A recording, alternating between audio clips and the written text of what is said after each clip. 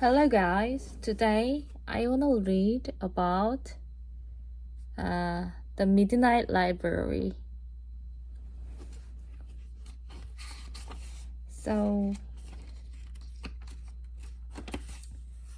at the beginning of the chapter, I can never be all the people I want and live all the lives I want. I can never train myself in all the skills I want. And why do I want?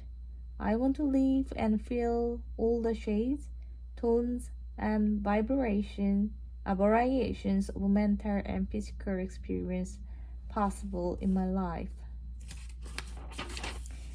Between life and death, there is a library, she said, and within that library, the shelves go on forever.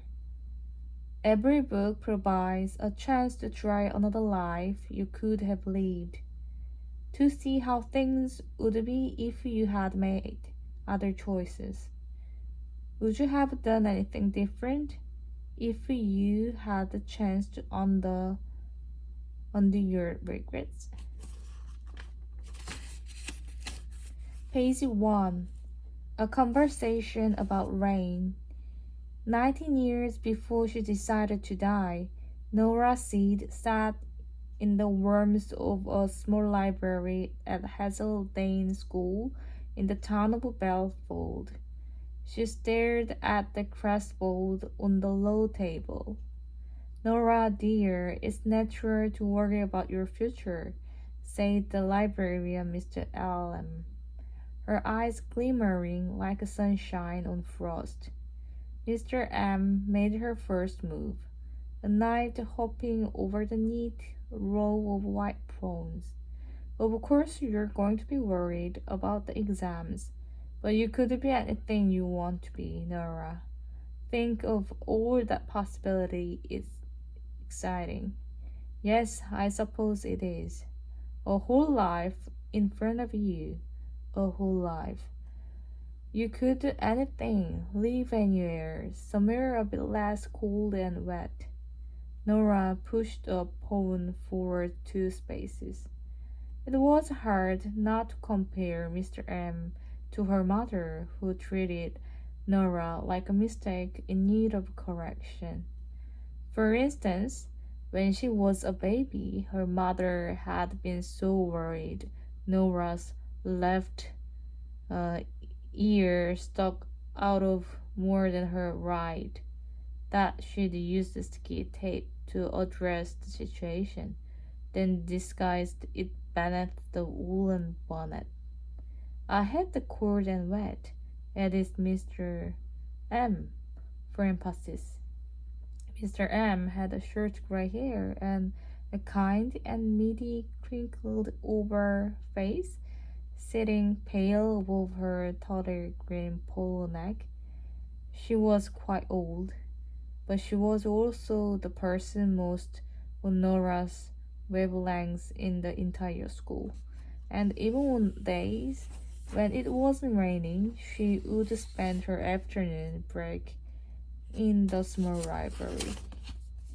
Coldness and wetness don't always go together, Nora told her. Antarctica is the driest continent on Earth. Technically, it's a desert. Well, that sounds up your street. I don't think it's far enough away. Well, maybe you should be an astronaut. Travel galaxy.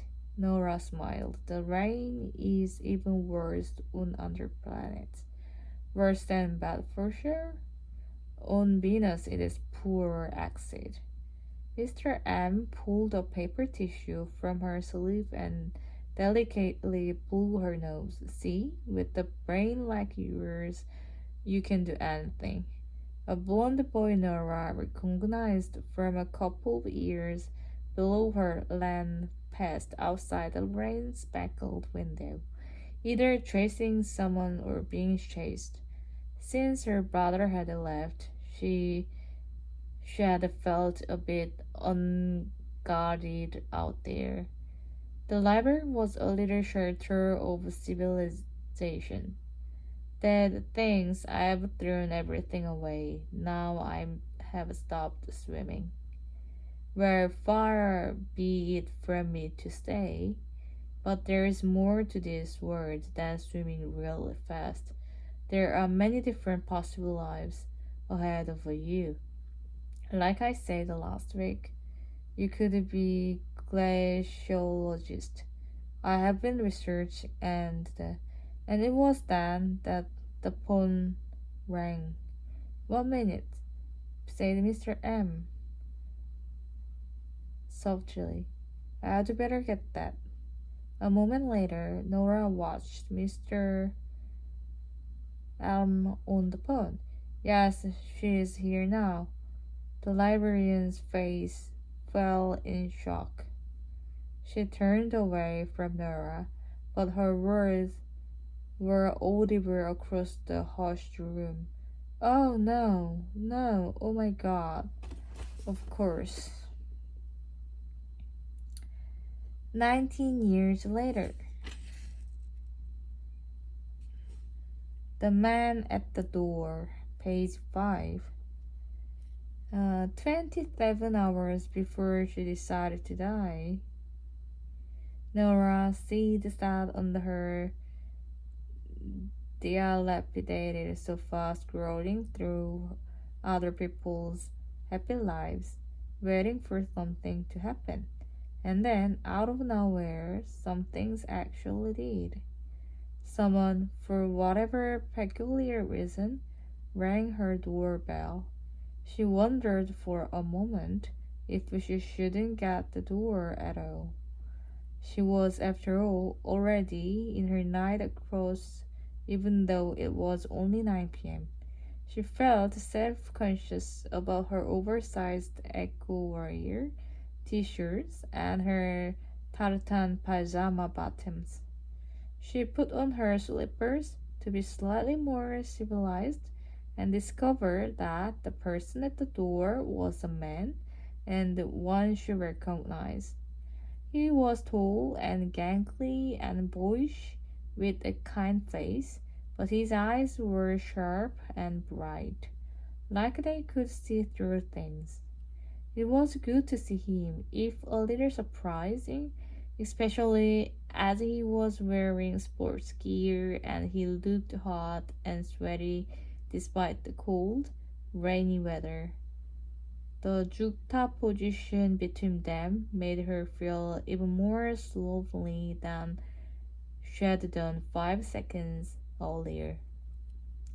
But she had been feeling lonely, and though she had studied enough existential philosophy to believe loneliness was a fundamental part of being a human in an essentially meaningless universe, it was good to see him. Ish, she said, smiling.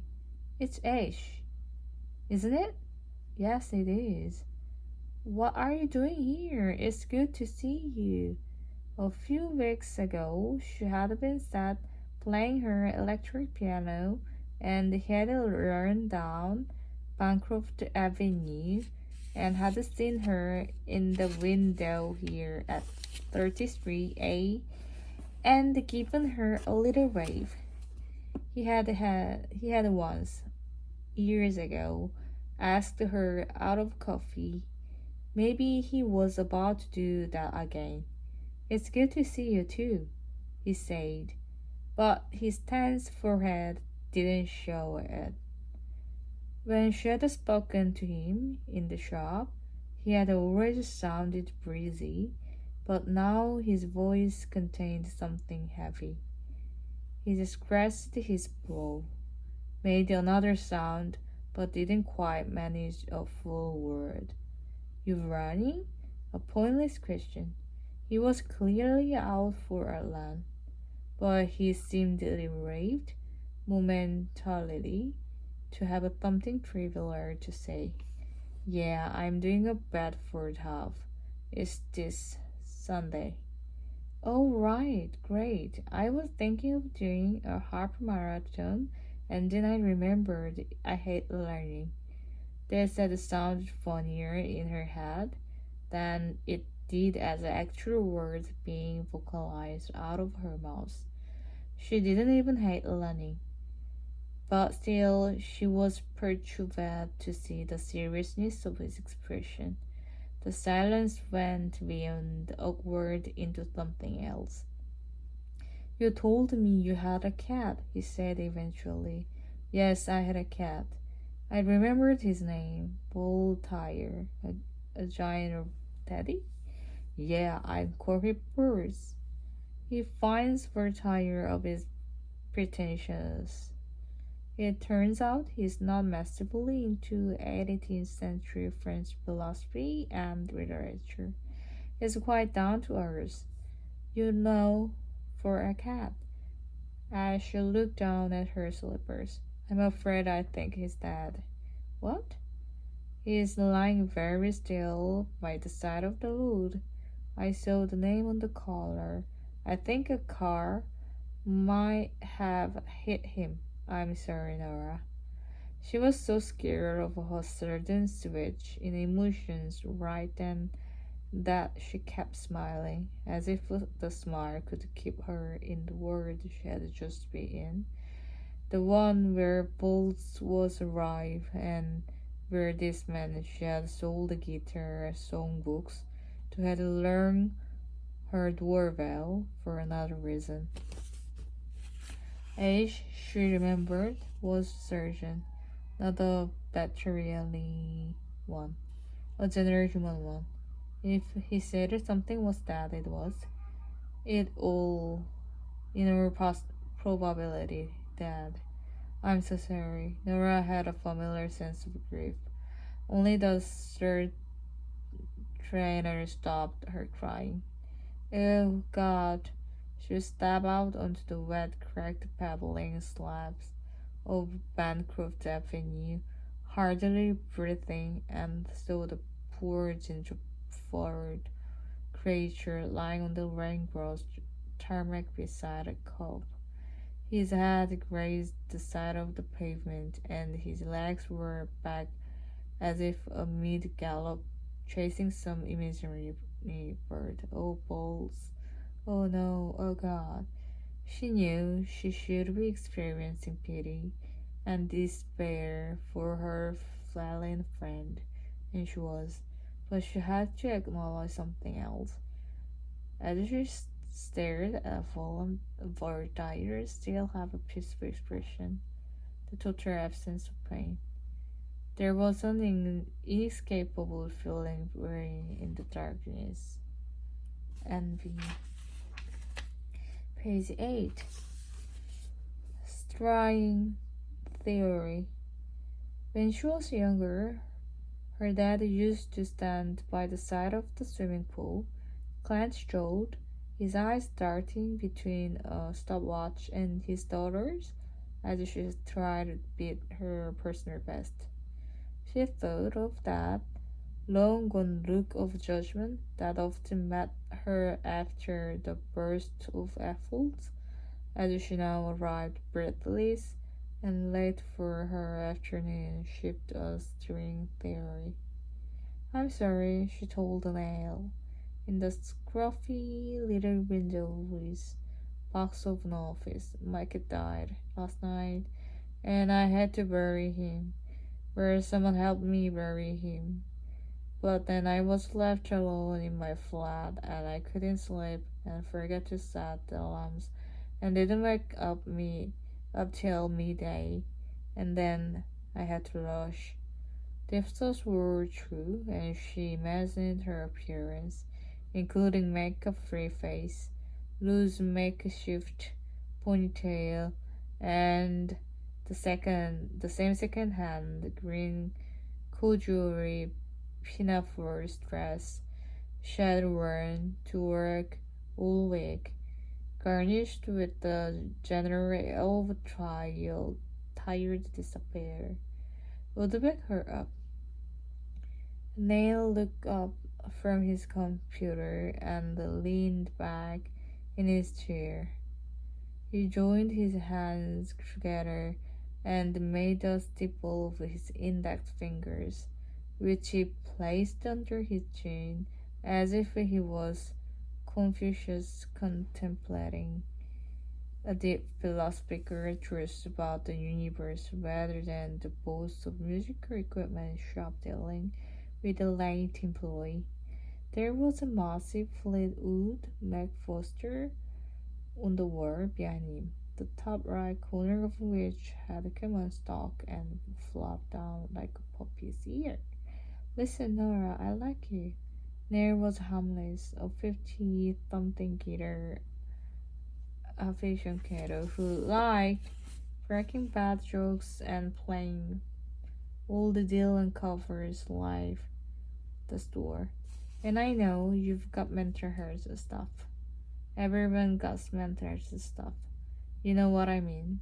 I'm feeling much better generally. She lied. I'm not clinical. The doctor says it's a situation of depression. It's just that I keep on having new situation. But I haven't taken a day sick for it all. Apart from when my mom, yeah, apart from that, their side, and when he did so, he made whistling sounds out of his nose on ominous B flat. Nora, how long have you worked there? 12 years, and she knew this too well. 11 months and 3 days on and off. That's a long time. I feel like you're made for better things. You in your late 30s. I'm a 35. You've got so much going for you. You teach people piano. One person. Her brushed the crumb off his sweater. Did you picture yourself stuck in your hometown working in a shop? You know, when you were 14? What did you picture yourself as? At 14, a swimmer. Shot up in the face, shot up in the fattest or 14-year-old girl in the country at the breaststroke, and the second fattest in the freestyle. At freestyle. She remembered standing on the podium at the National Swimming Championships. So, what happened? She closed her eyes. She remembered a cruelly settled disappointed of finishing second. It was a lot of pressure. Pressure makes us, though.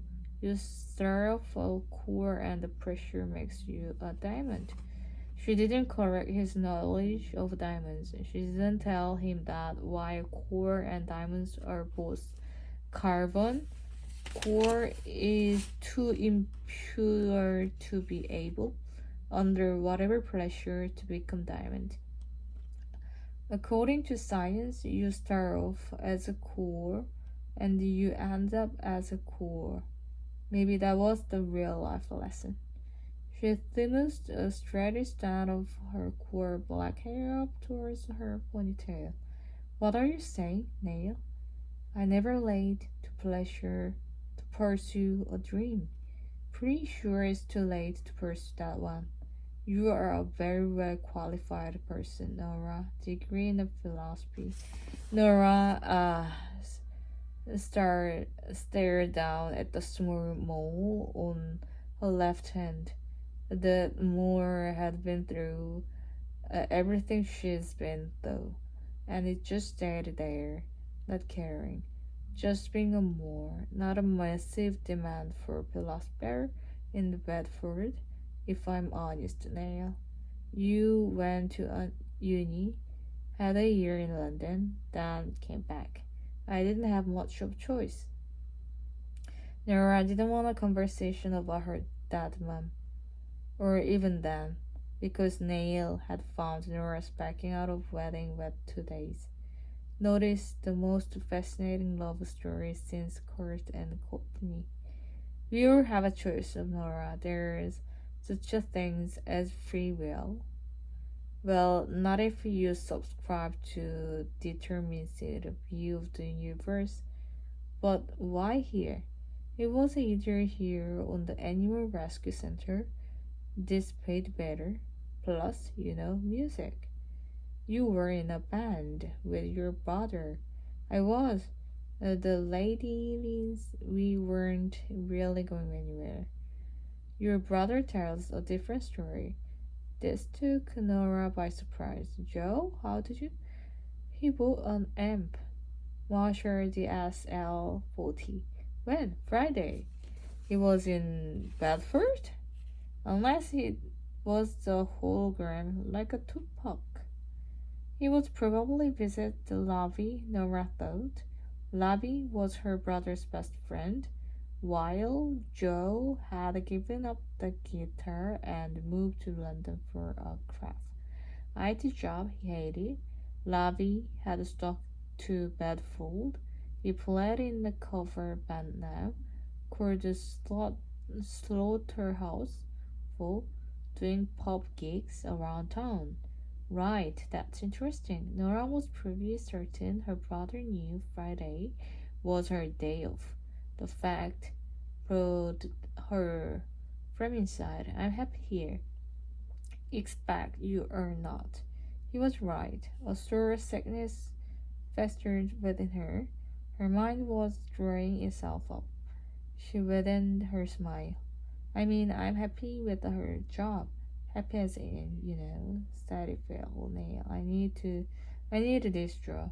You're a good person. You worry about the world, the homeless and environment. I need a job. He was back in his Confucius pose.